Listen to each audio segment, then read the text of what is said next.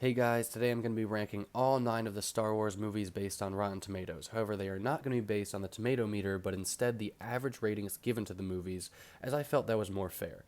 As you'll see in this video, the average ratings and tomato meter line up pretty well, and not much would really be all that different if this list was the other way around.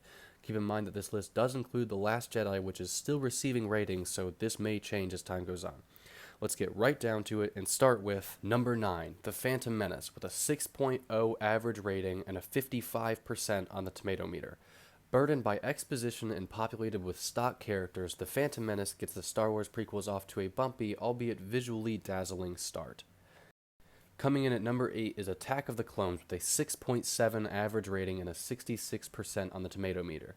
Star Wars Episode 2 Attack of the Clones benefits from an increased emphasis on thrilling action, although they're once again undercut by ponderous plot points and underdeveloped characters. Now, a lot of people are going to be pretty upset at this one, but number 7 is Return of the Jedi with a 7.2 average rating and an 80% on the tomato meter. Though failing to reach the cinematic heights of its predecessors, Return of the Jedi remains an entertaining sci-fi adventure and a fitting end to the classic trilogy. At number 6, we have Revenge of the Sith with a 7.3 average rating and a 79% on the tomato meter. With Episode 3, Revenge of the Sith, George Lucas brings his second Star Wars trilogy to a suitably thrilling and often poignant, if still a bit uneven, conclusion.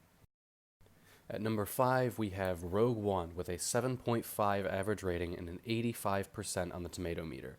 Rogue One draws deep on Star Wars mythology while breaking new narrative and aesthetic ground, and suggesting a bright blockbuster future for the franchise.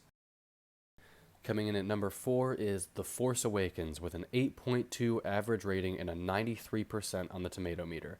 Packed with action and populated by both familiar faces and fresh blood, The Force Awakens successfully recalls the series' former glory while injecting it with renewed energy.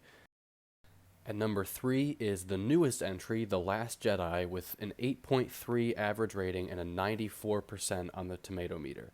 Star Wars The Last Jedi honors the saga's rich legacy while adding some surprising twists and delivering all the emotion-rich action fans could hope for.